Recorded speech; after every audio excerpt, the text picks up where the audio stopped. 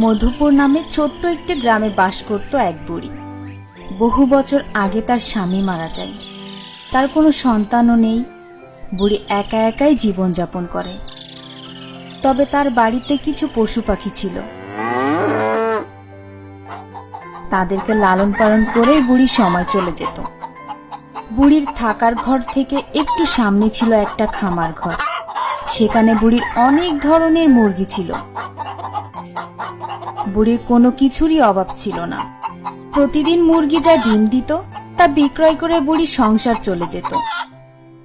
কিন্তু বুড়ির একটা দুঃখ ছিল, আর সেই দুঃখ হলো তার খামার থেকে প্রায় রাতে শিয়াল ঢুকে মুরগি নিয়ে যেত। বুড়ির বাড়ির পিছনে ঘন কালো জঙ্গল ছিল। সেখানে বাস করে কিছু শিয়াল। রাত গভীর হলেই তারা ডাকাডাকি শুরু করে দিত।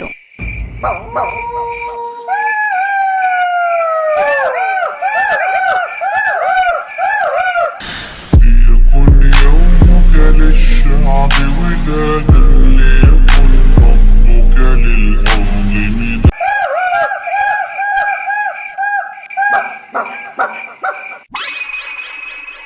ধরবো মুরগি কপা কপ, খাবো মুরগি কপা কপ, পালাবো আমি কপা কপ।